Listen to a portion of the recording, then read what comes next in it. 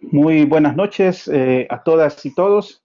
Sean bienvenidas y bienvenidos, estimados profesionales, colegas, amigas y amigos. Es un verdadero placer nuevamente volver a encontrarnos en esta noche, tarde-noche, donde vamos a tratar de continuar con el desarrollo de la temática sobre la didáctica, ¿verdad? Donde estamos en el corazón de la materia, ¿verdad? Estamos en medio de la materia, donde vamos a analizar en esta noche, digamos, en principio lo que vamos a hacer o lo que hacemos como docentes. Pero antes de dar inicio, quisiera que me confirmaran si tenemos audio y si no tenemos ningún problema técnico, ¿verdad? Que hasta el día de hoy esta plataforma no nos ha fallado. Entonces, pero por favor me confirman si tenemos comunicación. Ingeniero César Escobar me confirma de que sí se escucha muy bien. Gracias, Donatila. Todo bien por el momento. Muchas gracias, Donatila. Muy puntual. Gracias. Daniel, se escucha bien. Entonces, todo está en orden. Así es que vamos a iniciar, ¿verdad? Entonces, para esta noche ahí tenemos la diapositiva, que es el tema para desarrollar cómo son los elementos curriculares de la acción didáctica. No sin antes mencionarles que en las dos anteriores unidades, la primera la dedicamos, podemos caracterizarla con un elemento central, ¿verdad? Podemos caracterizarla con un punto, ¿verdad?, de referencia de qué fue lo que tratamos en la unidad primera. Y era, ¿verdad?, que podemos explicar o podemos fundamentar de que la didáctica es una ciencia. Eso es lo que tenemos que recordar de la unidad 1, ¿verdad? Que la didáctica es una ciencia que tiene por objeto de estudio el proceso de enseñanza-aprendizaje, donde están involucrados dos protagonistas. Ya en la unidad 2 veíamos eso, que están dos protagonistas como es el docente y el estudiante. Pero de la unidad 1 podemos rescatar que el aprendizaje por excelencia, podemos tener varios aprendizajes, pero creo que el que hay que recordar mejor es que la didáctica es una ciencia. Tenemos que saber explicar que la didáctica es una ciencia o por qué es una ciencia, pero a la vez no solamente es ciencia, sino que también es un arte. Y ahí ya nos da una idea de que nosotros como docentes también tenemos que desarrollar habilidades artísticas, porque lo que nosotros hacemos con el proceso de enseñanza-aprendizaje puede ser una obra de arte. E incluso se llega a afirmar algunos teóricos que nosotros cuando estamos desarrollando o estamos participando dando una clase, somos artistas. Por eso es que ustedes van a recordar a docentes de cómo se desenvolvían frente a nosotros, donde ellos tomaban el pizarrón, todas sus herramientas, todos sus materiales y hacían toda una obra de arte donde daba, es decir, uno se deleitaba viendo todas sus presentaciones y la manera de cómo él integraba de manera coherente y consistente todos esos elementos que conforman lo que es el proceso de enseñanza-aprendizaje. De eso vamos a tratar esta noche, que analizar cuáles son esos elementos curriculares que debe de tener el proceso de enseñanza-aprendizaje, desde lo más general a lo más particular. Entonces, Jennifer, buenas noches, gracias. Entonces, eso es lo que vamos a tratar de analizar hoy. Y en la unidad 2, el punto, ¿verdad? Que donde vamos a recordarlo es el acto didáctico, donde los protagonistas son dos, ¿verdad? El docente y el estudiante, y los distintos modelos. Pero el elemento central me parece a mí que es la comunicación. La comunicación como clave del proceso de enseñanza-aprendizaje, cuyo, ¿verdad? Quien decide esa forma de comunicación, la manera de comunicación con sus estudiantes es el docente. Establecer esos canales, digamos, como idóneos, adecuados de comunicación con los estudiantes. Aquel docente que logra conectarse, ¿verdad? Y que logra establecer esos canales de comunicación con sus estudiantes, ya ha logrado bastante. Ya la tendrá menos difícil su propósito, como es lograr los aprendizajes, porque recuerden que nosotros como docentes tenemos como finalidades los aprendizajes en los estudiantes, el buscar las metodologías, las estrategias, los recursos, las planificaciones, los tiempos, todo eso nosotros lo desarrollamos y lo vamos construyendo con el propósito de que los estudiantes logren esos aprendizajes. La experiencia, ¿verdad? Los ejercicios, la práctica nos va, digamos, dando las pautas cuando nosotros vamos como en el buen camino. En la medida que vamos ejercitándonos más en las planificaciones, desarrollando los procesos de enseñanza-aprendizaje, pero no estancándonos, no quedándonos como ya lo construido y ya tengo una planificación, tengo unos recursos, tengo unos materiales y con esos, ¿verdad? Desarrollé un año escolar o un ciclo en una universidad y ya con eso me voy a quedar y solamente lo que hago es repetir lo mismo al siguiente año. No, ¿verdad? Porque la educación o el conocimiento, el currículo, y vamos a ver que el microcurrículo es dinámico, distinto al currículo, el macrocurrículo, el mesocurricular, donde ya lo que se va estableciendo es más estático, se va manteniendo en el tiempo, pero abajo, ¿verdad? En el microcurrículo donde estamos los docentes, donde nos desenvolvemos y donde le damos vida al currículo, eso es más dinámico, eso es cambiante. Por eso es que van a ver ustedes que los profesores pasamos toda la vida planificando, toda la vida trabajando con documentos, planificando ya sea una materia completa, una unidad o una clase. Todo eso es planificación, porque recuerden que la didáctica es enemiga de la improvisación. La didáctica nos ayuda a organizar y a prever y a prepararnos para ese momento, ¿verdad? Ese momento de la clase, ese momento que, digamos, es donde nosotros llegamos y nos desenvolvemos como docentes o como artistas de lo que hemos construido y el propósito es ese, ¿verdad? Porque no es tanto que el docente llegue a lucirse, ¿verdad? Para que le aplaudan, para que lo admiren. No, no se trata de eso, porque recuerden que los logros de nosotros como profesores no son las conquistas nuestras, sino que el buen docente se identifica o se desarrolla en razón de los logros de sus estudiantes. Cuando un estudiante expresa o manifiesta el agradecimiento porque logró aprendizajes con nosotros, entonces ahí sí se podría decir de que somos docentes de éxito, en el sentido de que los estudiantes aprenden. Podemos no ser del agrado de otros colegas, puede ser que no seamos del agrado de ciertas personas, pero los estudiantes sí nos agradecen en razón de que les hemos dejado una marca en su vida, en su formación, y ellos nos recuerdan con ese especial cariño. Me ocurre a mí, yo recuerdo muchos, a varios docentes que tuve la dicha y tuve la suerte de tenerlos como educadores y que me marcaron mi existencia. Todavía yo sigo repitiendo lo mismo que ellos hicieron conmigo, porque considero de que eso fue adecuado y correcto en su momento. Entonces, tenemos que esas son las dos cosas que nos anteceden, las dos unidades, ¿verdad? La didáctica como ciencia y arte, y que en la dos, que el acto educativo es un acto que es de comunicación, donde el lenguaje, que es el lenguaje que el que utilizamos nosotros para comunicarnos con los estudiantes, esa es la clave. Hoy estamos a prueba y es maneras diferentes de comunicarnos ahora con estos entornos virtuales. La idea es que a través de estas herramientas no se vaya a perder el elemento personal, porque la educación como proceso es de carácter personal. Hoy, con estas herramientas, puede ser de que se minimice ese aspecto, ese contacto humano que tenemos entre nosotros, donde la necesidad de compartir con el otro, como aquella necesidad que a veces tenemos con nuestra familia o con nuestros amigos, el simplemente tocarnos el hombro, acostumbrarnos todos los días, el darnos una palmadita de saludos, el darnos estrecharnos la mano o darnos un abrazo con la esposa, con los hijos, con los padres, con los amigos, eso también es parte de nuestra existencia, parte de nuestro desarrollo.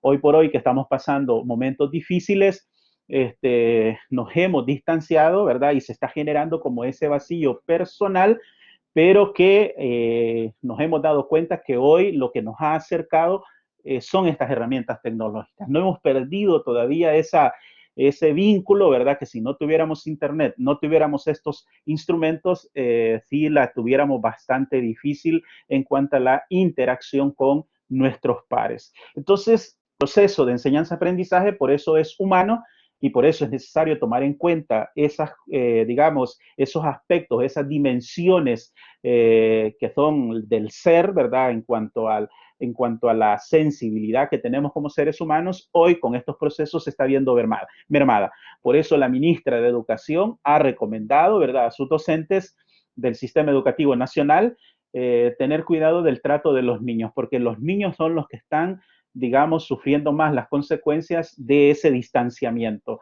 la necesidad que tienen las niñas y los niños de comunicarse y de interactuar unos con otros. Nos pasa a nosotros igual.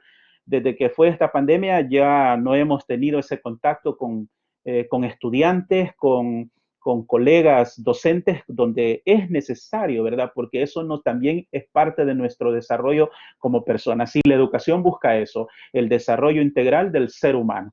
Entonces, pero dadas las necesidades, tenemos ese inconveniente, pero gracias a estos instrumentos todavía mantenemos esa comunicación entre nosotros.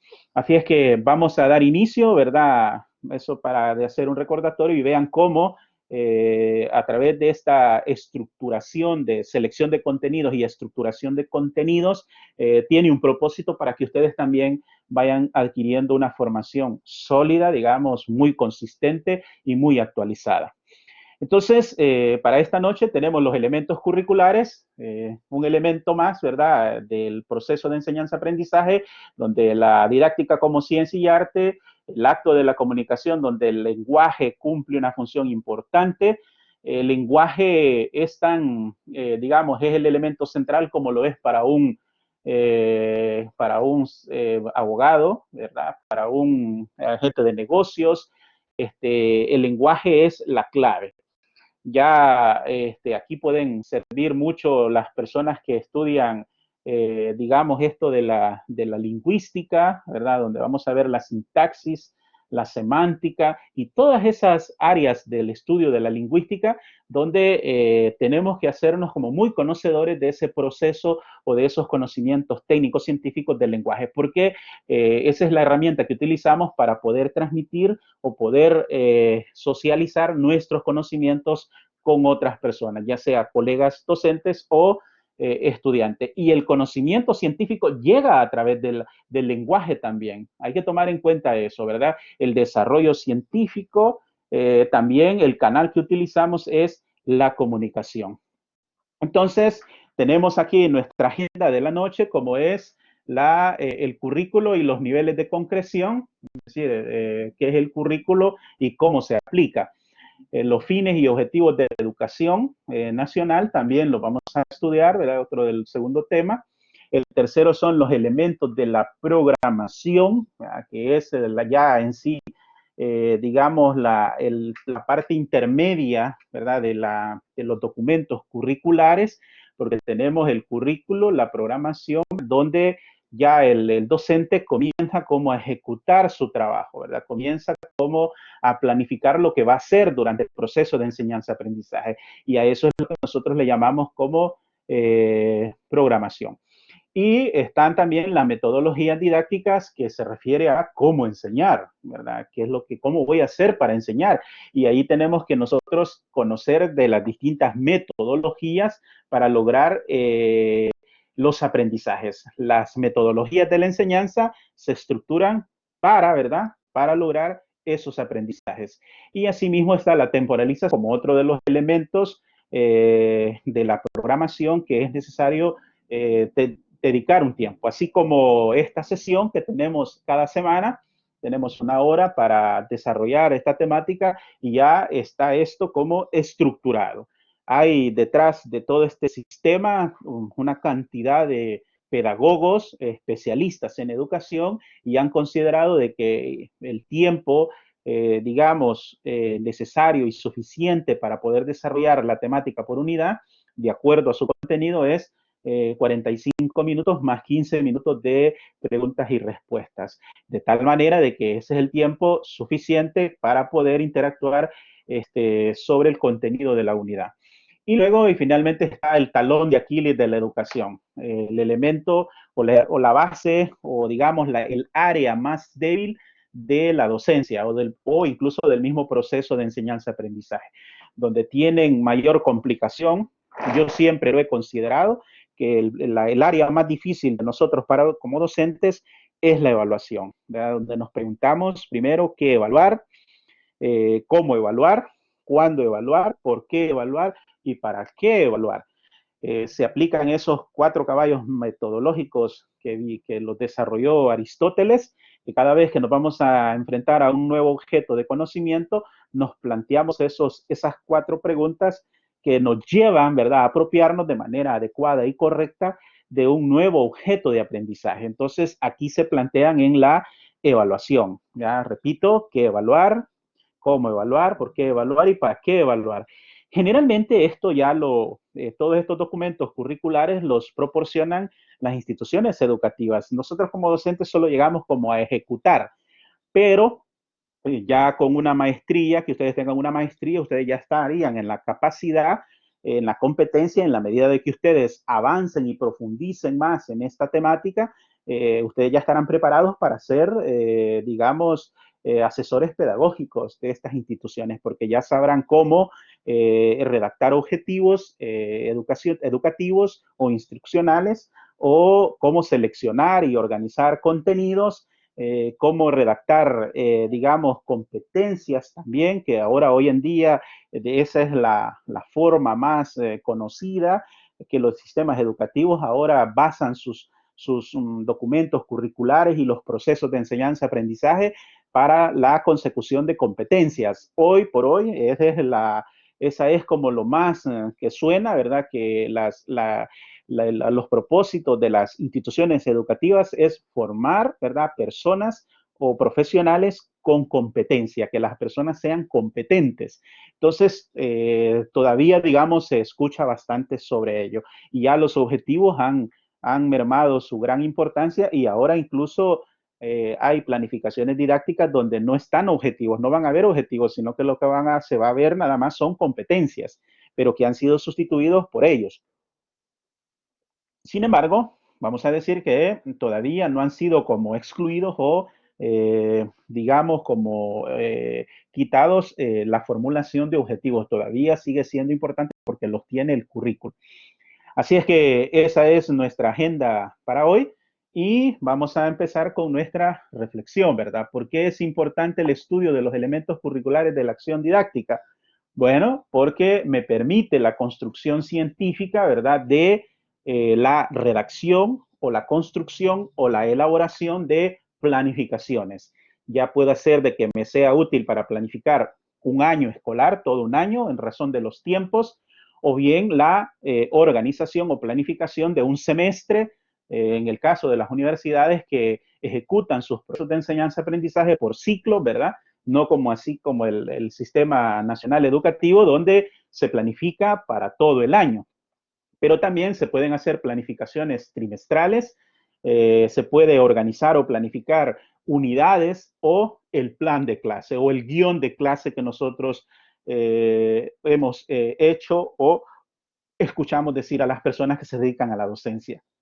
Generalmente vemos a docentes que todo el tiempo cargan o cargaban, ahora con esto de la tecnología, un folder donde andaba su guión de clase, ¿verdad? Es su guía, es su preparación, y esa era la que él ejecutaba. Hoy, pues, una tablet o una computadora es donde él anda su guión de clase, anda su presentación o lo que son los portafolios docentes, donde él anda todos los documentos que va ejecutando en el proceso de enseñanza-aprendizaje. ¿Y qué es lo que vamos a encontrar en esas planificaciones? Bueno, estos elementos curriculares.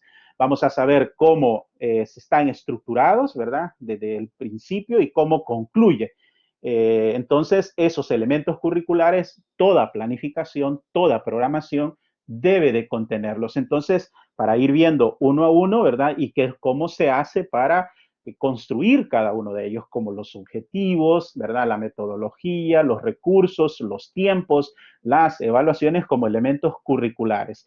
De tal manera que cuando nosotros nos presentan digamos, los documentos, ya sea que la universidad me los facilite o la institución educativa me facilita los documentos curriculares donde está toda la programación del año escolar, yo trataré de identificar todos esos elementos. Como primer lugar serán los objetivos o en su caso las competencias, ¿verdad? Que a partir de ahí, digamos, se empieza como a seleccionar. Miren esto, cuando se va a planificar, no se seleccionan primero los contenidos, ni las metodologías, sino que lo que se hace primero es plantearse los objetivos o las competencias, porque la selección de los contenidos dependerá de las competencias o de los objetivos que yo he seleccionado. Y estos objetivos tendrán que ser de manera clara, precisa y breve. Esa es digamos, la habilidad que debemos de desarrollar nosotros como docentes en el caso de que participáramos en la planeación de la institución educativa, que nos permitieran tener acceso o poder opinar sobre la construcción de estos documentos, sería, ¿verdad?, saber construir estos objetivos. En el material hay indicaciones, ¿verdad? Hay un desarrollo teórico de cómo construir objetivos, cómo construir contenidos, las metodologías y todo, ¿verdad? Lo referente a la planeación. Entonces, ¿por qué es importante entonces estudiar todo esto? Porque me permite, ¿verdad?, tener aquellas competencias, conocimientos, habilidades y actitudes para poder desarrollar o poder construir estos documentos curriculares que a todo docente se le solicitan. Hoy por hoy, ¿verdad?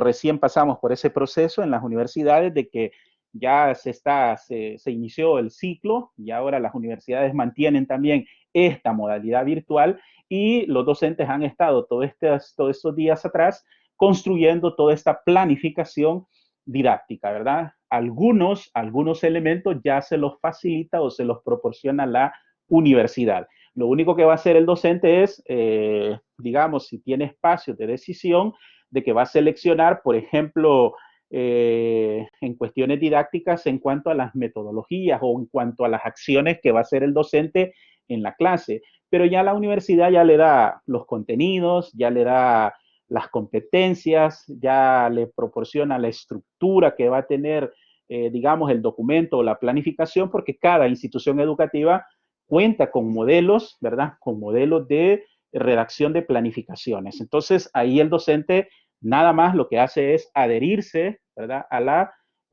planificación que le proporciona la universidad. Pero detrás de ese trabajo, vean ustedes, hay un trabajo docente, ¿verdad? Hay otros docentes que se han dedicado al asesoramiento o a la construcción de estos documentos curriculares. Cuando yo conocí esto, ¿verdad? En su momento, cuando no era docente, yo me quedé, digamos, muy impresionado por la cantidad de trabajo que esto implica, la cantidad de tiempo, horas, todo el conocimiento que pone, digamos, a disposición el docente en la construcción de estos documentos o de estas planificaciones. Es un trabajo, pero a la vez hay que decirlo, ¿verdad? Es un trabajo que apasiona. No, sí es cierto, es muy, digamos, muy trabajoso, es cansado, pero la verdad es que ¿por qué los docentes se entusiasman tanto en estas construcciones de planificaciones didácticas? Porque no es solamente de anotar por anotar, sino que requiere de mucha capacidad reflectiva, ¿verdad? Reflexiva de parte del docente en el sentido de irse planteando paso a paso, ¿verdad? Haciéndose las preguntas sobre, por ejemplo, en la evaluación, ¿qué es lo que voy a evaluar? ¿Cómo lo voy a evaluar? Entonces, si el profesor tiene digamos, esa libertad de poder decidir, no es una actividad para realizar de manera abrupta o de manera improvisada, sino que se requiere una preparación técnica de parte del docente para poder redactar este tipo de documentos, porque, digamos, se está planificando para digamos, toda una jornada y que esa es la guía, tanto para el docente como para el estudiante, que los vincula a ambos estos documentos curriculares. Sin embargo, hay que mencionar también que pese digamos, a esos documentos curriculares que son prescriptivos, es decir, son de obligatorio cumplimiento, hay que decir, ¿verdad?, de que tampoco son camisa de fuerza.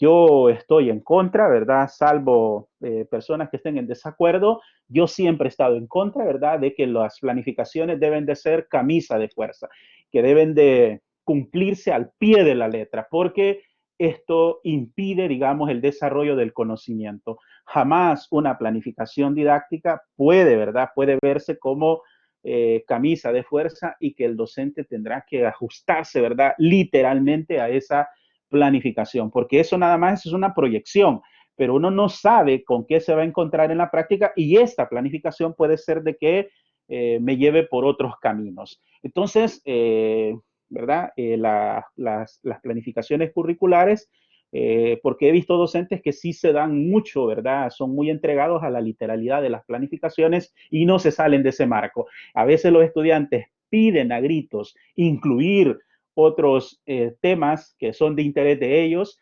o proponen otras metodologías porque las metodologías que hemos seleccionado no les satisfacen o no se sienten bien con esas metodologías, entonces lo que hay que hacer es cambiarla, pese a estar como anunciada en la planificación, porque es lo que nosotros conocemos como currículo oculto, ¿verdad? En teoría se habla de un currículo expreso, que son esos documentos, pero también está el currículo oculto, que es lo que verdaderamente pasa en el aula, en el proceso de enseñanza-aprendizaje. ¿Y por qué ocurre eso? Bueno, porque los estudiantes siempre son distintos.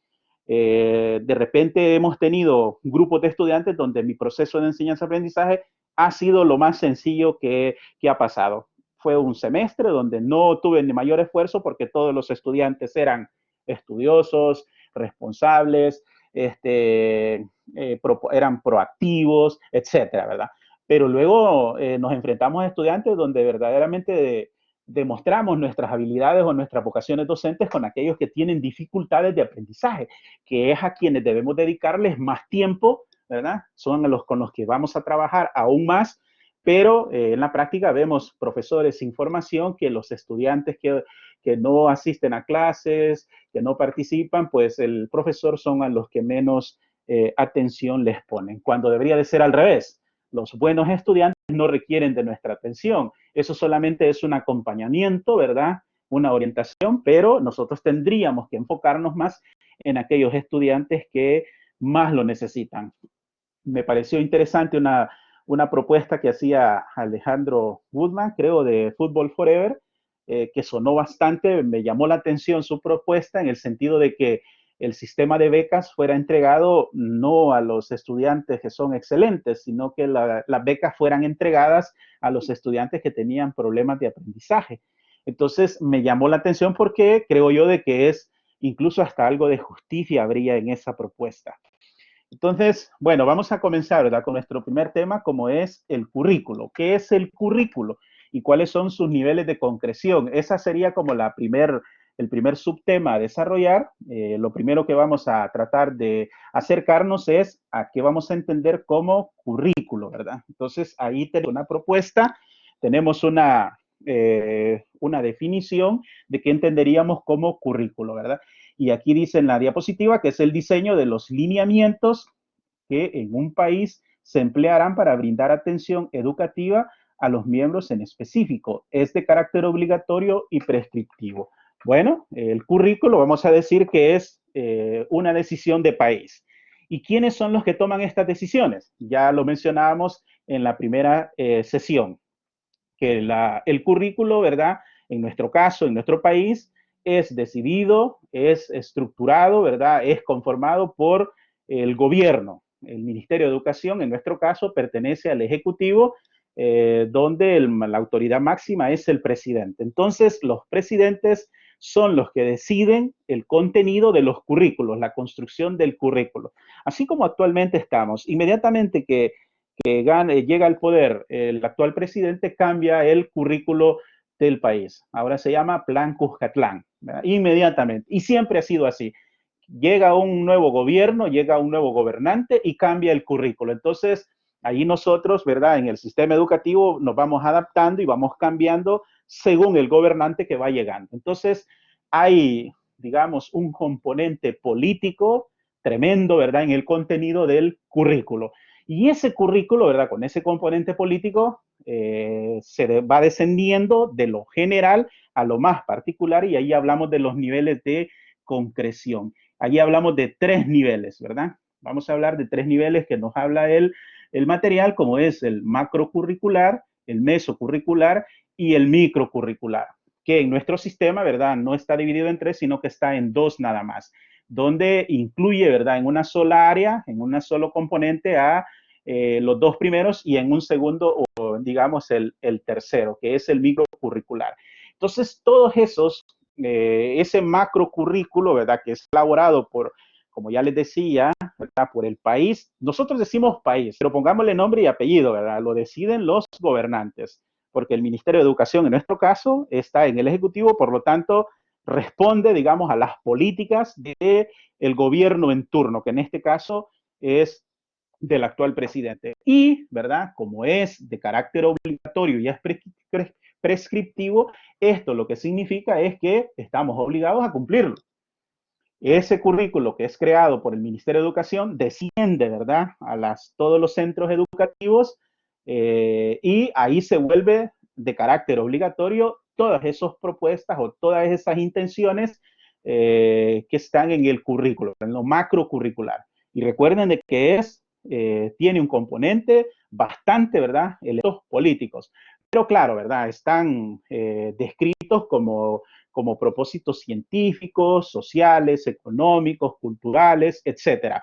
Pero tiene un verdadero componente político y por tanto aquí viene algo, digamos, que puede llevarnos a la reflexión de que desde la pedagogía crítica, que es una de las orientaciones digamos, del quehacer educativo, se considera de que nosotros como docentes también hacemos actividad política, unos de manera consciente y otros de manera no consciente, porque somos agentes políticos, porque ejecutamos un plan político de un gobierno, ¿verdad?, que está en el poder en un momento determinado y en un lugar específico.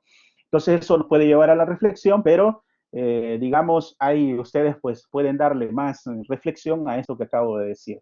Y bueno, en el caso de las concreciones tenemos esos dos, ¿verdad?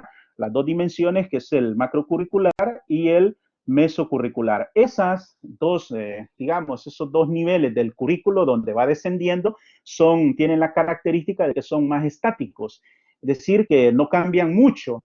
Estos son los documentos que elaboran las autoridades, el ministro de Educación, ya sea el director de la escuela o de la institución educativa en cuanto a lo mesocurricular que está en medio, y ya lo microcurricular es la actividad que hacemos nosotros ya los docentes que estamos en aula. Ese sí es el responsable, digamos, eso es cuando ya llega a nuestras manos y ahí se vuelve, ya no es muy distinto a los otros 2 niveles que son estáticos. Acá no, acá es más dinámico, ¿verdad? Más cambiante. Aquí es donde nosotros le damos vida a ese currículo, ¿verdad? Que nos es dado, nos es proporcionado y nosotros le vamos a dar como existencia, le vamos a dotar de realización. Y para hacer eso, organizamos y planificamos el acto educativo. Entonces, ahí es donde se da los distintos niveles de concreción de ese currículo. Pero recuerden, ¿verdad?, que una de las características o cualidades del currículo es que es prescriptivo, es decir, es obligatorio, ordenan hacer algo. Y los docentes y los estudiantes están obligados a cumplir con ese currículo. Esos son los documentos institucionales, ¿verdad?, que nos da el centro educativo y como docentes estamos obligados a cumplirlo. Es como cuando llegamos a una institución educativa y digo yo, no estoy de acuerdo con los documentos didácticos o curriculares que me da la institución. Bueno, si no estoy de acuerdo, entonces busco otra institución educativa que esté de acuerdo a mis pensamientos, a mis ideales como educador y donde yo me sienta bien. Pero independientemente de la institución educativa a la cual nosotros terminemos calando, tenemos que someternos a esos documentos curriculares. Son de obligatorio cumplimiento. Aquel docente que no realice las actividades según se le indican en las instituciones educativas, pues la educación educativa lo más que hará es prescindir de los servicios que nosotros le prestemos. Entonces, tomemos conciencia que nosotros como docentes llegamos y nos adherimos a esos documentos curriculares. Salvo, aquí viene salvo en un derecho que que es constitucional, que habría que ver si tal vez en otro espacio podríamos distensionarnos más o ampliar más sobre este derecho que está en la Constitución, en el artículo 61, si mal no recuerdo, de la Constitución de la República, como es la libertad de cátedra. Muchas veces esta garantía o este derecho que tenemos nosotros como docentes a veces choca con las autoridades educativas porque, digamos, es algo que está reconocido en donde el docente, digamos, en el momento de dar el proceso de enseñanza-aprendizaje, no debería de recibir interferencias, donde el quehacer científico, ¿verdad? Y la manera de cómo el docente reflexiona o piensa la ciencia, de acuerdo a la Constitución, debe de garantizarse o lo debe de respetársele. Entonces, bueno, ahí tenemos esos niveles de concreción y ahora vamos a hablar un poco al segundo tema, como son los fines, ¿verdad? Los fines y los objetivos de la educación nacional. Estos fines, ¿verdad? Están integrados en ese currículo. Salen de ahí, se construyen, ¿verdad? Que, como digo, cada país decide qué tipo de personas o qué tipo de ciudadanos es el que pretenden formar. Y para ello se crean lo que son fines y objetivos. Los fines están referidos a la formación del ciudadano, del sujeto, y los objetivos están referidos al proceso educativo. Entonces, unos están, digamos, destinados digamos, están destinados a la persona, al sujeto como tal, que cuál va a ser el resultado una vez que haya pasado por todo el proceso educativo, ¿verdad? Todas esas personas que han sido el resultado de la educación. Por ejemplo, ¿verdad? Se hace la pregunta, ¿requerirá transformaciones o cambios la educación de nuestro país? Bueno, vamos a ver qué tipo de ciudadanos, qué tipo de profesionales son los que tenemos en la práctica. Como recuerdo en una reflexión, digamos, en una entrevista que le hicieron al profesor Tojeira, al padre Tojeira, cuando era rector de la UCA, donde unos abogados habían resuelto, ¿verdad? Un caso donde estaba involucrado, creo, la universidad y donde se reflexionaba de que los abogados habían hecho reflexiones un poco, digamos, un poco complicadas en el mundo jurídico. Entonces, pero eso no es lo interesante, sino que lo que interesa es la reflexión del padre Tojeira en ese momento, que él hacía la reflexión de que era necesario revisar su currículo porque esos abogados a quienes él estaba haciendo referencia habían sido graduados por la universidad. Entonces, él decía, ¿qué tipo de profesionales son los que le estamos entregando a la sociedad? Entonces, eso nosotros como docentes nos planteamos, el tipo de estudiantes o el tipo de profesionales que estamos formando y eso lo podemos ver en la práctica. Como miren esto, ¿verdad? Actualmente hoy que estamos en la pandemia, si bien es cierto, ¿verdad? Tenemos una situación de, digamos, complicaciones económicas y que la gente necesita salir a trabajar, pero también hay un buen número de personas que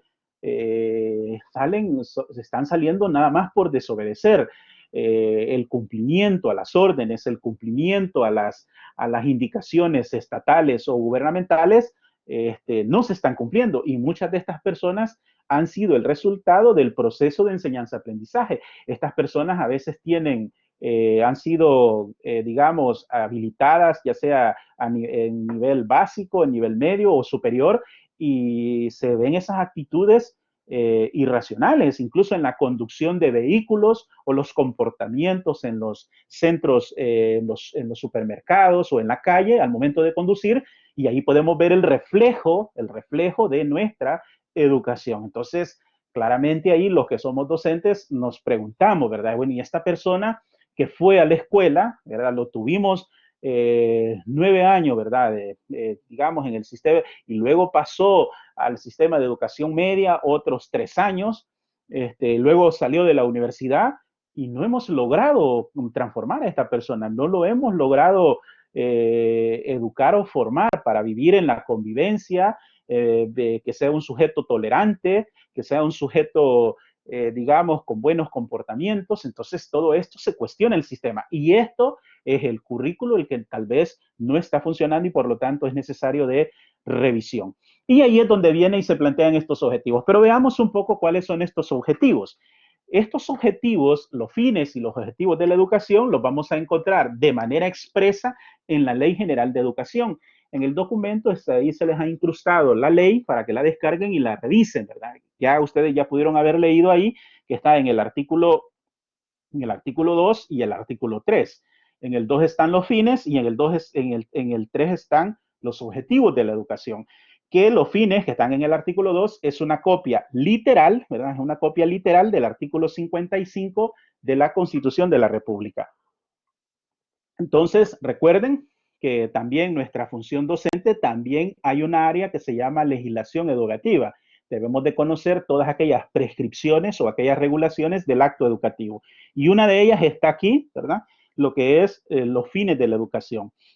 Y el artículo 2, para que vean ustedes, vamos a darle lectura nada más a un par de fines de la educación y uno de los objetivos, para que vean cómo unos están destinados para la formación del sujeto y otros están referidos al proceso, digamos, al proceso educativo de un país. El artículo 2, literal A, dice que es referido a la persona, ¿verdad? Lograr el desarrollo integral de la personalidad en su dimensión espiritual, moral y social.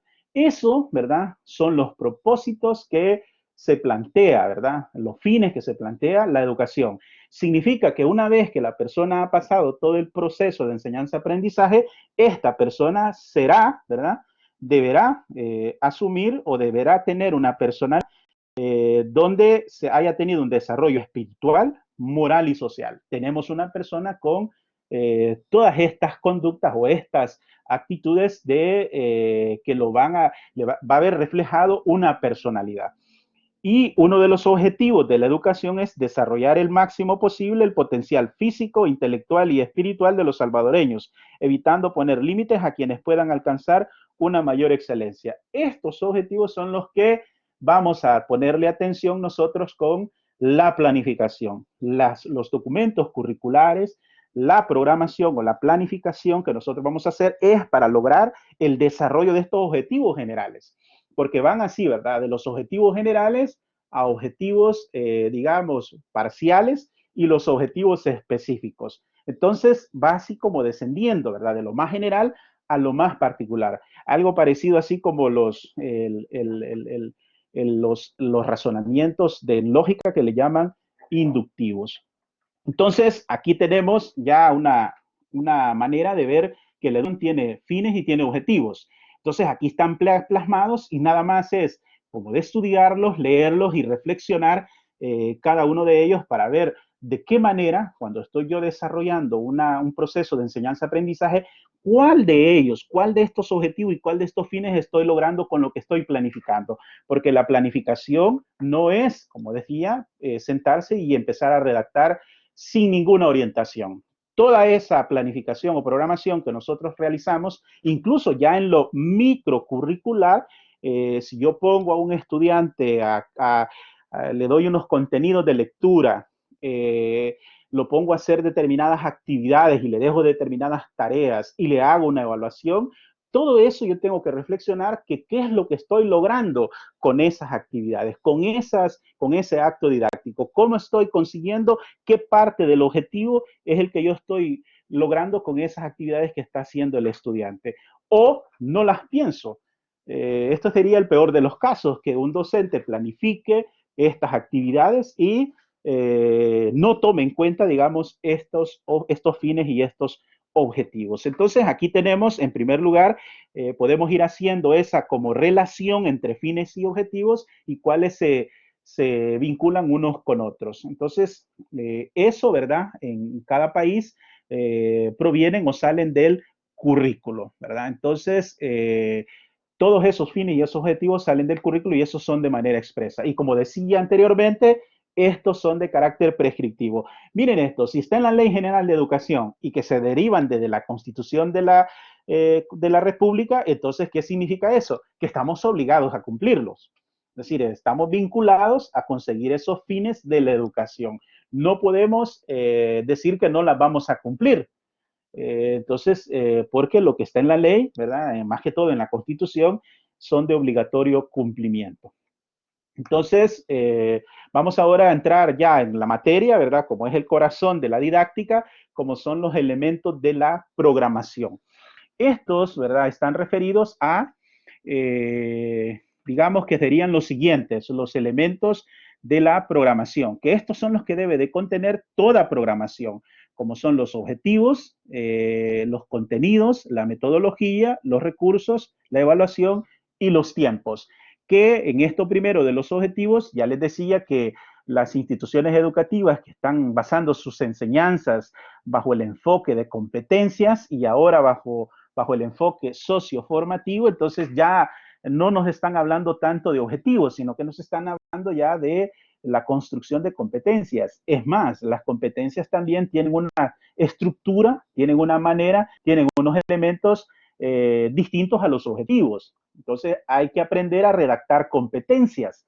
Pero como ya les decía, hoy por hoy los que llegamos como docentes, las competencias generalmente ya las ha dado la institución o selecciona un grupo de profesores del centro educativo y, digamos, redactan estas competencias. Entonces, aquí si ya tenemos docentes con formación pedagógica, como sería el caso de ustedes, ya ustedes serían como una, digamos, una base muy sólida, muy científica para la institución educativa para ayudar o colaborar o desarrollar esta actividad, ¿verdad? Como es la redacción, digamos, más adecuada, más idónea de competencias. Pero para ello, ¿verdad? Hay que, digamos, prepararse en la teoría de el aprendizaje por competencias, que creo que hay unas teorías que donde Colombia es un país que ha desarrollado muy bien, digamos, el tema de las competencias y tiene buenos textos, un buen desarrollo científico sobre lo que son las competencias. Yo les recomiendo sobremanera. Hay un profesor que se llama, lo pueden ver en la web, hay muchos videos interesantísimos sobre este pedagogo que ha tomado relevancia. Muchas veces es que nosotros no tenemos acceso a esos conocimientos, pero se llama el profesor Giovanni Gianfrancesco. Este maestro pedagogo, yo realmente que cuando la primera vez que lo escuché quedé impactado la manera de cómo desarrolla el aprendizaje por competencias. Entonces, si queremos desarrollarnos más en esta área, en esta materia del conocimiento de competencias, yo les sugiero de que busquemos información, ¿verdad? Bibliografía o cualquier otro recurso, digamos, de multimedia donde hayan videos, muchos de ellos, sobre el desarrollo de competencias. Entonces, aquí tenemos que los objetivos, ¿verdad?, son los puntos de llegada a la acción educativa. Por eso es que he colocado ahí también las competencias, que tenemos en cuenta de que cuando hablamos de objetivos también hacemos referencia a las competencias. Jennifer pregunta, ¿y la educación por proyectos, esa parte de la EO y por el de competencia, educación basada por objetivos y el de por competencias? Sí, están los proyectos. Los proyectos también son unos tipos de documentos que se derivan en los centros educativos que también vienen como a ser actividades dentro del centro educativo, ¿verdad? Que también son documentos curriculares que se derivan, ¿verdad? Se derivan de la programación institucional y se desarrollan esos proyectos que también vienen de la mano, ¿verdad? De la mano de, todo depende si es por competencia o es por objetivos. Eso es lo que va a cambiar, porque el proyecto puede ser que represente, ¿verdad?, un desarrollo de los objetivos generales y un proyecto puede ser que sea utilizado para desarrollar un objetivo particular y luego ir descendiendo a un objetivo específico, porque va en ese orden. Los objetivos son generales, particulares y específicos. Los específicos son los que se desarrollan ya en el aula, pero ya, digamos, si vamos a hablar de competencias, entonces vamos a hablar de competencias generales y de competencias específicas. Por eso es que las instituciones educativas tienen competencias, digamos, generales del centro educativo, luego vienen las competencias por materias o por carreras, y luego van las competencias por asignatura, y luego van las competencias por, digamos, por unidades. Así más o menos, digamos, una institución educativa que se dedique bastante tiempo a esto va a ir descendiendo, ya sea objetivos o competencias, bajo esos niveles. Entonces, los proyectos también responden a esa naturaleza. El proyecto, digamos, puede ser de que sea un desarrollo, ¿verdad?, de objetivos o puede ser un desarrollo de competencias. Todo depende del centro educativo que tenga proyectos educativos. Entonces, todo depende, Jennifer, ¿verdad?, de cómo lo maneja. Pero hoy por hoy, nuestro Ministerio de Educación y la mayoría de universidades hacen su propuesta educativa bajo competencias. Entonces, ahí, digamos, ¿cómo dijo que era el nombre? Gianfrancesco, ¿verdad? Es como italiano, Gianfrancesco, así, I-A-N Francesco. Giovanni Gianfrancesco. Así, es un señor así que la nariz es bastante pronunciada, usa lentes, algo gordito, es muy divertido las clases que él da, así es que yo se los recomiendo sobremanera. Mairene, así es que ahí tiene el dato, ¿verdad?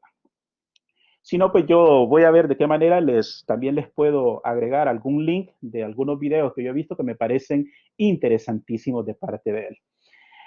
Bueno, entonces tenemos acá que están los contenidos también, que son el conjunto de saberes o formas culturales que son esenciales para el desarrollo y socialización de los educandos, ¿verdad? La selección y estructuración en función de competencias. Cuando estamos en esta parte de los contenidos, una cosa es la selección de contenidos, como recuerden, ¿verdad? Primero tengo la competencia o tengo el objetivo.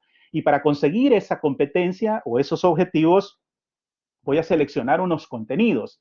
Entonces, no es cualquier contenido, porque el contenido va, digamos, va con el propósito de que el educando desarrolle esa competencia.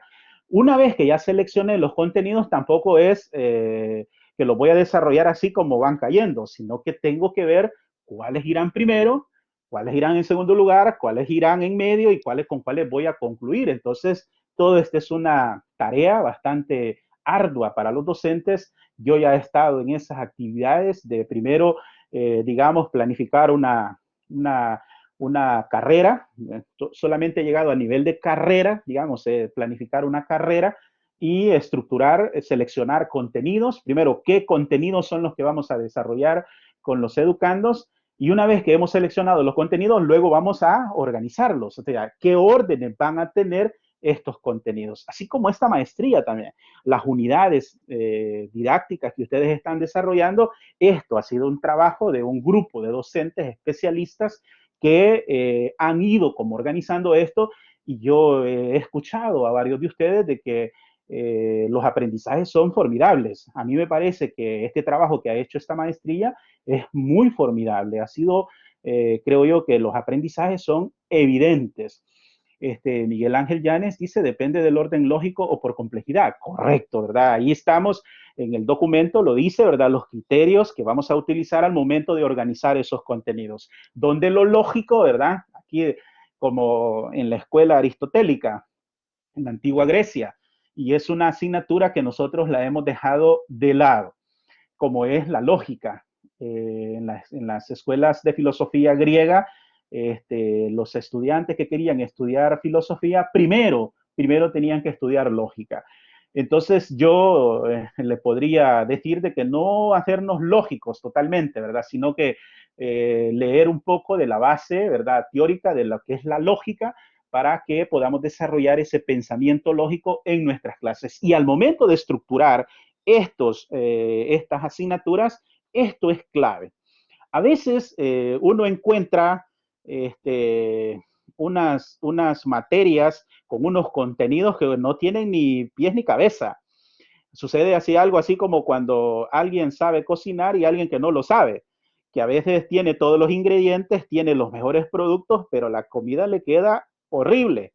Entonces, algo parecido pasa con la organización, ¿verdad? Y la estructuración de contenidos, que tiene que ver con lo lógico y lo complejo que esto pueda ser. Y aquí se requiere de esa habilidad del docente al momento de estructurar esos contenidos. Así que muchas gracias, Miguel Ángel. Perfecta su opinión de que depende de eso, ¿verdad? Y por lo tanto, tomamos como criterio lo lógico, ¿verdad? Y lo complejo, y así es como vamos a ir organizando esos contenidos, que por eso es que se vuelve también un arte, la didáctica por eso es un arte.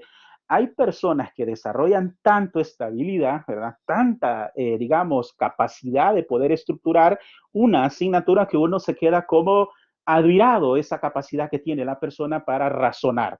A veces basta con solo la persona que diga pocas palabras. A veces hemos pasado días enteros intentando ordenar una asignatura y de repente llega alguien con este sentido lógico y organiza rápidamente, digamos, las asignaturas. Aquí no ganan las personas que se dedican a la ciencia, como las personas así como nuestro asesor en este momento, ingeniero César, que es de informática. Ellos desarrollan mucho este pensamiento lógico, la manera de razonar así de manera lógica. Se destaca en estos profesionales. Nosotros como docentes también tenemos que desarrollar esa habilidad, porque tenemos esa responsabilidad de cómo organizar contenidos. Pero si no nos dan esa oportunidad, por lo menos tenemos que organizar nuestro plan de clase, nuestro guión de clase. Ahí sí somos amos y señores. ¿Verdad? Ahí sí tenemos una libertad plena, completa, al momento de planificar una clase. Y hay que decir algo. Alguien puede tener títulos de profesor, maestro, doctor en educación, pero si nunca ha sido responsable de un proceso de enseñanza-aprendizaje, si nunca ha dado clase o no se mantiene dando clases, cada vez va a ser menos docente, porque lo que califica a un docente es el proceso de enseñanza-aprendizaje, que está en la práctica y que está desarrollando, digamos, esos procesos día a día y cada vez va ganando experiencia. Por eso, docente, digamos, de calidad, un docente idóneo, no es aquel que tiene más años de haberse graduado, sino que es aquel docente que ha dado más clases, ha tenido la oportunidad de planificar, preparar, le han dado tareas de construcción de objetivos, selección de contenidos, ordenar contenidos, etcétera. E incluso hay unos profesores que es tanta su pasión que sienten por esta carrera, que a veces incluso desobedecen la estructura de contenidos que le da la institución educativa, porque según él le parece de que el mejor resultado lo va a tener de esta manera. Entonces, de manera, digamos así, un poco subversiva, modifica, ¿verdad?, un poco este contenido y él comienza a desarrollar, digamos, el contenido de esta manera, porque él considera de que en este momento este le puede tener buenos resultados. A veces ocurre, ¿verdad? Pero todo depende del nivel de supervisión o control que tiene la misma institución, porque también la institución educativa dedica mucho tiempo a eso, porque si se tiene un currículo es porque han habido personas que se han dedicado y han determinado que esta es la manera más idónea para que los estudiantes logren aprendizajes. Entonces, los objetivos van en ese sentido también, que lo tienen al lado derecho de su pantalla, que es para qué se enseña y por qué se aprende. Para qué se enseña y para qué se aprende, perdón. Entonces, nos respondemos esas preguntas al momento de, ya sea formular objetivos o formular competencias. En el caso, ustedes pueden pensar en su carrera, que la otra semana, la tarea, una de las actividades evaluadas que para la siguiente semana es que van a dar una clase con audio, ¿verdad? Me la van a mandar y para la última semana es que van a redactar estos documentos curriculares, donde van a hacer una planificación de una materia, ¿verdad? Por unidades, van a seleccionar objetivos o competencias, van a estructurar los tiempos, van a estructurar los recursos, la metodología, etcétera. E incluso van a agregar en esa planificación, porque como toda planificación lo tiene, es la evaluación. A ver cómo estructuran ustedes esa evaluación. Yo cuando pienso en evaluación, por ese problema que siempre he tenido yo sobre la evaluación, donde me cuestiono sobre qué capacidad o qué, digamos, qué justificación puedo yo tener de decirle a alguien de que su nivel de educación es 6 o 7 u 8. Por eso este enfoque por competencias, aplicándolo así como en el sentido correcto, tendrían que desaparecer los números, porque la competencia implica que si el educando logró o no logró resolver el problema, y eso será suficiente para promover a la persona. Pero el sistema así de calificaciones por números de 7, 8, 9 no está en sintonía, según, ¿verdad? Yo entiendo, con el enfoque por competencias. Pero modificar eso, creo yo, las instituciones no están preparadas para dar ese salto. Así que tenemos eso para rato los números y por eso es que hay personas que o sea, me entristece cuando se sienten mal, cuando ellos tienen 8.9 y se siente mal porque su compañera sacó 8.92 o otro sacó 8.91. Entonces viene ella y se siente, o él o ella se siente menor que el que tiene 8.91 o 8.92. Entonces, para solucionar eso, pues pónganle todos lo mismo. Entonces, creo que con eso se resolvería el problema emocional que la persona está pasando en ese momento. Entonces, ahora vamos a hablar de las metodologías didácticas, que se refiere a cómo enseñar. Y aquí, como repito, es una función o es una actividad que se le debe de ser confiada a los docentes, ¿verdad? Que, ¿cómo vamos a enseñar? Esto es la metodología. ¿Cómo vamos a enseñar o cómo va a aprender también, que es una reflexión que debemos de hacer como educadores? Y para esto, ¿cómo vamos a enseñar? Nos auxiliamos de métodos y técnicas de enseñanza. Hay sendas doctrinas, ¿verdad? Con los distintos métodos y técnicas para poder generar estos aprendizajes, porque tiene como propósito determinar aquella estrategia, ¿verdad? Que va a emplear el docente para lograr el objetivo, ¿verdad? O el aprendizaje, ya sea la competencia o el objetivo, ¿verdad? De aprendizaje de los conocimientos estipulados en el contenido. Porque recuerden, ¿verdad? Que el propósito, la finalidad central de todo este proceso de enseñanza-aprendizaje, nosotros como docentes nos preparamos con anticipación, reflexionamos sobre el acto didáctico con un solo propósito, ¿verdad? Que los estudiantes logren aprendizajes. Y estos aprendizajes se ven reflejados en competencias. Y las competencias desde Jacques Delors, todavía, ¿verdad? Jacques Delors sigue teniendo impacto sus ideas, porque de ahí se derivan las competencias de que tenemos que desarrollar en los estudiantes esos aprendizajes en esa tridimensionalidad, ¿verdad? De la persona. Ahora se le han ido agregando otros elementos más, pero la base está sobre el conocer, el hacer y el sentir, ¿verdad? Que son los conocimientos, las habilidades y las actitudes, que esos tres elementos, digamos, son la base de las competencias. Pero si me tocaría elegir entre todas esas, digamos, todos esos fines de la educación o todos esos propósitos de la educación, hoy por hoy sigue prevaleciendo el saber hacer, porque hay personas que tienen conocimientos, tienen, digamos, tienen sentimientos o tienen actitudes, pero si con esos conocimientos y esas actitudes no sé qué hacer, no sé cómo hacerlo.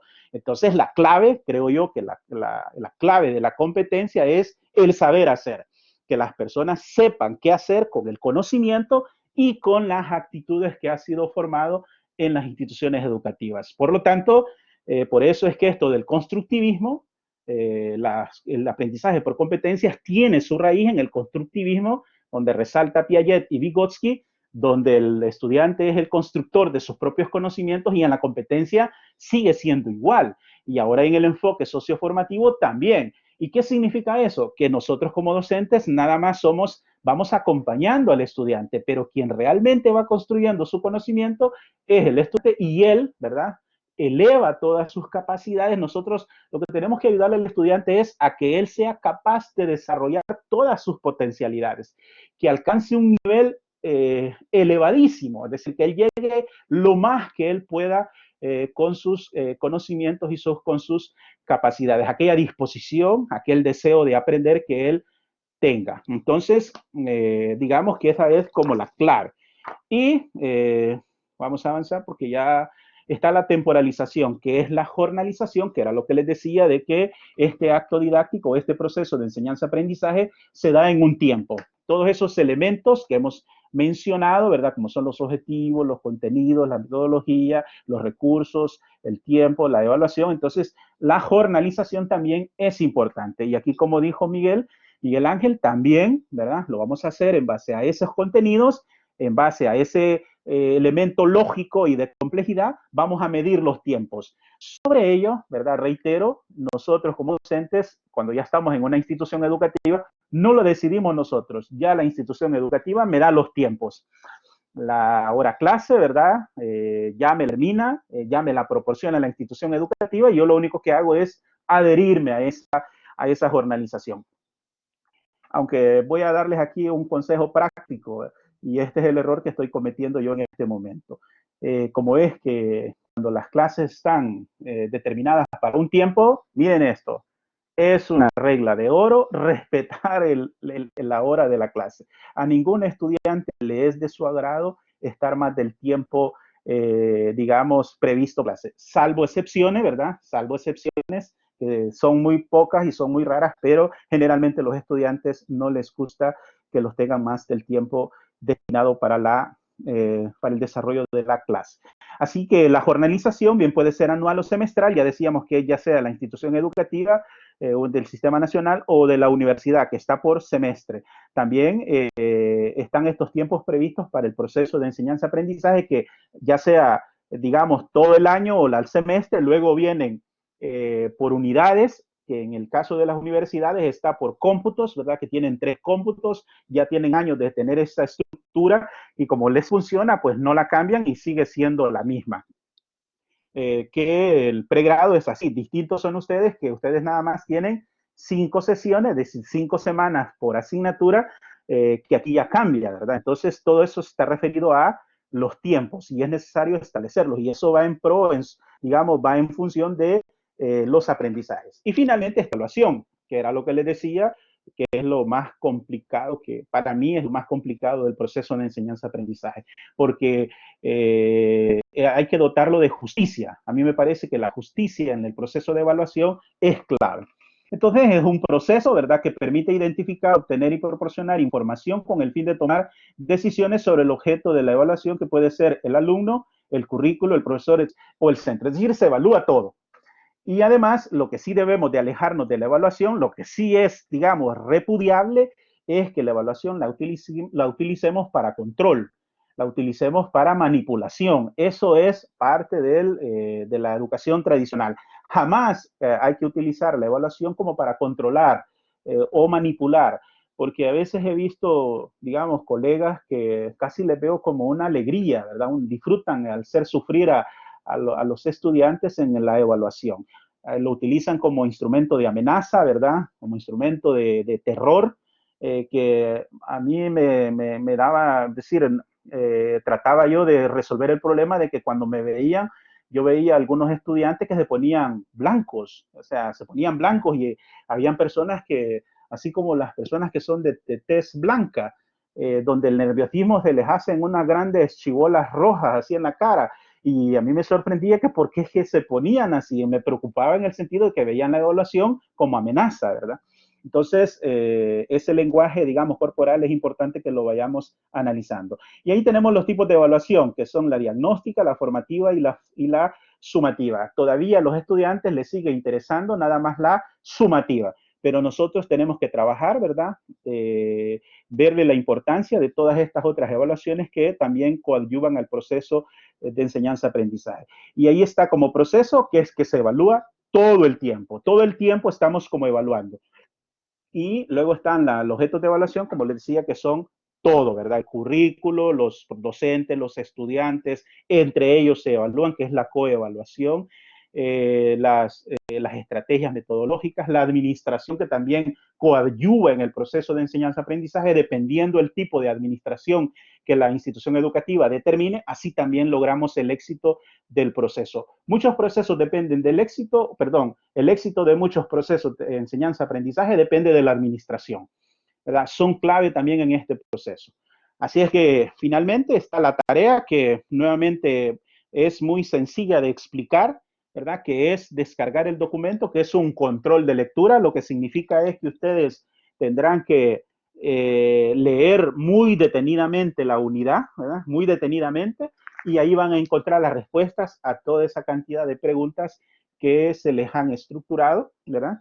Para que ustedes al final de ella concluyan si han aprendido algo. Y me cuentan, ¿verdad? Ahí en el comentario, tal vez si pueden, cuando manden la tarea, me cuentan qué es lo que han aprendido, ¿verdad? Porque son, digamos, estrategias o instrumentos de evaluación que se seleccionan con ese propósito de lograr aprendizajes. Así es que esto ha sido todo de mi parte, amigos, amigas, colegas, para esta noche. Así es que quedo a disposición de ustedes en caso de que haya alguna pregunta.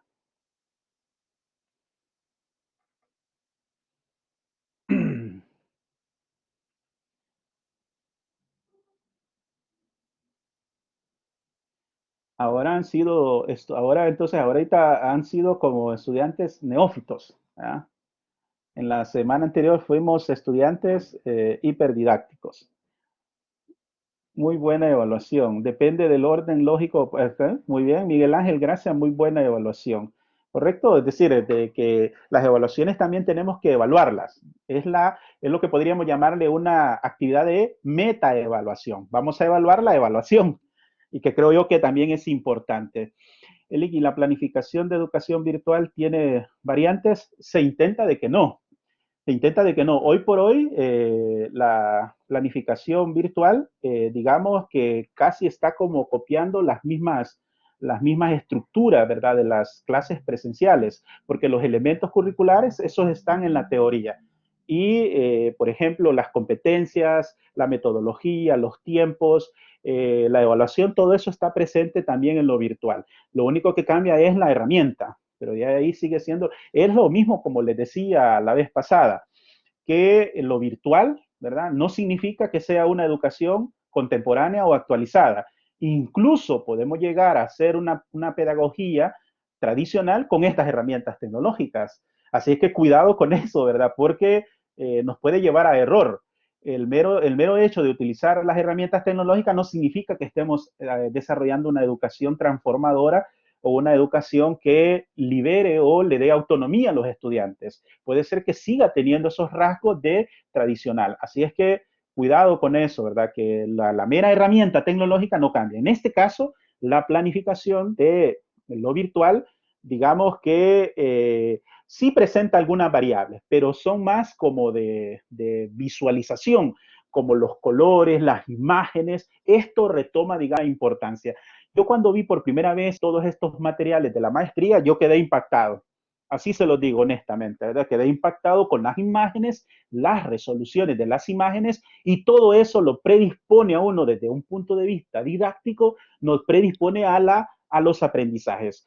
Con la selección de las imágenes, los colores, las letras, los tamaños de las letras y todo eso, créame que yo vi que esto sí tenía esa atracción y me había atraído por la manera de la presentación de los contenidos que me pareció a mí un trabajo muy excelente de parte de la universidad. Entonces, Jennifer dice, la planificación que elaboraremos más adelante será para una clase virtual o presencial. Ya se les da los documentos curriculares, hay unas plantillas, ¿verdad? Hay unas plantillas que ya se las van a facilitar, ya se les da en el material, ¿verdad? Ahí van a descargar esas plantillas y ahí ustedes van a planificar su especialidad. Aquí es donde, Jennifer, yo le diré algo. Aquí es donde yo espero de que ustedes se vuelvan como artistas, donde vinculen lo científico de la didáctica con lo artístico, donde se vea esa creatividad para presentar contenidos y la manera de cómo el estudiante va a ser, lo va a desarrollar o cómo va a ser evaluado. Entonces, ahí, Jennifer, digamos que en la planificación, digamos, demuestre el tipo de docentes que somos. En la planificación, el tiempo que le hemos dedicado, si ha sido una planificación improvisada, ¿verdad? O ha sido una planificación donde el docente no se preparó, no reflexionó, no hizo lo que nos está diciendo Miguel Ángel, tomó en cuenta lo lógico y lo complejo del caso, ¿verdad? Entonces, así es como vamos elaborando esas planificaciones. Por eso, cada planificación responde al tipo de docentes que somos. Gracias, dice Jennifer. Entonces, verdaderamente esta es como nuestra carta de presentación. Si yo quiero saber qué tipo de profesor es determinada persona, pidámosle las planificaciones. Y ahí vamos a ver su nivel de preparación técnica, científica, donde pone en práctica, aquí voy a hacer les voy a sacar a relucir lo que vimos en la semana, en la primera semana, ¿verdad? Sí, en la primera semana, lo que son los principios de la didáctica. Cuando vayamos a hacer, a elaborar esos documentos, es necesario tomar en cuenta los principios de la didáctica que están desarrollados en la unidad 1, porque eso es lo que nos permite decir con propiedad que esto que yo estoy haciendo con la planificación es un acto científico, no es un oficio, no es una obra, no es nada parecido, sino que es un trabajo técnico científico, porque está sobre la base de principios. Tomo en cuenta estos principios y los aplico en la planificación didáctica. Pero hoy por hoy, ¿verdad? Preocupémonos por la cuestión teórica, descargan ese control de lectura y a responder. Es muy trabajoso porque son muchas preguntas, pero espero que las disfruten, ¿verdad? Porque esto, lo que sí diré algo, ¿verdad? Que esto de la planificación o de la didáctica es una tarea que apasiona, es una tarea que nos entusiasma. Si a mí, si yo veo esto como aburrido, tedioso, que me cuesta, ojo, ¿verdad? Porque se puede cuestionar nuestra vocación para esta carrera. Donatila puso una P, no sé qué quiere decir Donatila su participación, ¿verdad? No sé si me amplía, aquí hay. Aquí viene Carlos Trejo, dice, no hay un límite de palabras para responder. No lo hay. Yo esperaría pues que ahí cuando usted esté leyendo, si ha leído el documento, se dará cuenta de que no es hacer tan extensiva, digamos, la actividad. Hay unas que sí, porque se les piden unos mapas, se les pide elaborar unos cuadros, entonces les tomará tiempo, digamos, en la construcción si no estamos muy habituados al uso digamos, de recursos tecnológicos para elaboración de mapas conceptuales o mapas mentales. Este, Jonathan Amaya dice muchas gracias. Buenas noches, Lick, gracias. Bueno, por la propuesta de contemporización debe llevar tiempo más actividades. Para la propuesta de temporalización debe llevar tiempo más actividades. Todo depende, como le digo, en este caso la temporalización ya la da la universidad. Ya la universidad ya nos da los tiempos en los cuales vamos a desarrollar todas estas actividades, ¿verdad? Entonces, ahí nos sujetamos, nos adaptamos a esos tiempos y por ejemplo, en estas planificaciones que van a hacer, ustedes se van a adecuar a qué institución es que van a responder. Las plantillas que se les va a dar en la otra semana es de la universidad, pero ustedes, me entiendo yo, podrían utilizar otras plantillas de las universidades donde ustedes laboren, ¿verdad? Hacerlo con lo que ustedes trabajan. Pero aún así, no, la idea tampoco es repetir lo que ya está hecho, sino que también es construir. Ustedes pueden construir. Yo quisiera no ver estas plantillas como camisa de fuerza, sino que también podemos construir un nuevo conocimiento que creo yo, este es el momento de la academia para tener esa libertad de hacer propuestas de nuevos conocimientos y no venir a repetir lo que ya está hecho, aunque a veces es importante hacerlo porque digamos, el conocimiento, el aprendizaje por instrucción también es importante, que es aquella repetición mecanizada y llegamos como a desarrollar una habilidad. Lo importante es no quedarnos solamente con ese aprendizaje mecanizado, sino que debo saber para qué es y por qué lo estoy haciendo. Pero además de eso, tengo que tener otro tipo de conocimientos. Donatila dice, para la propuesta de contemporización, sí, a eso era que nos referíamos. Bueno, no sé si hay alguna otra interrogante. Creo que está nuevamente muy clara la actividad donde van a descargar ese control de lectura y a responder. Es una cuestión de mero conocimiento, ¿verdad? Es un mero conocimiento, como es un control de lectura, es que van a leer y vamos a ver si ustedes han encontrado los acertijos en cada una de las preguntas de manera pertinente y de manera coherente según la lectura. Así es que, bueno, ya me pasé del tiempo. Nuevamente, pues, si no hubiera más preguntas, y si las hay, pues también me pueden escribir al buzón, ¿verdad? A la mensajería interna y yo con gusto trataré de responderle en el menor tiempo posible. Así es que, nuevamente, amigas y amigos, quedo muy agradecido por su asistencia, permitirme o escucharme esta noche, de verdad que son temas que siempre nos motivan, siempre nos entusiasman. Y Donatila, ¿verdad? A Mercedes, a Susana, a Carlos, muy agradecido, a Janes también, muy agradecidos por sus participaciones. y espero pues verlos la otra semana en que nos encontremos y les deseo que pasen una feliz noche, ¿verdad? Descansen, ya hemos trabajado esta tarde noche, ¿verdad? Donde hemos tratado de abordar esta temática. Así es que nuevamente pues me despido de ustedes con un cordial saludo y que la pasen bien durante la noche.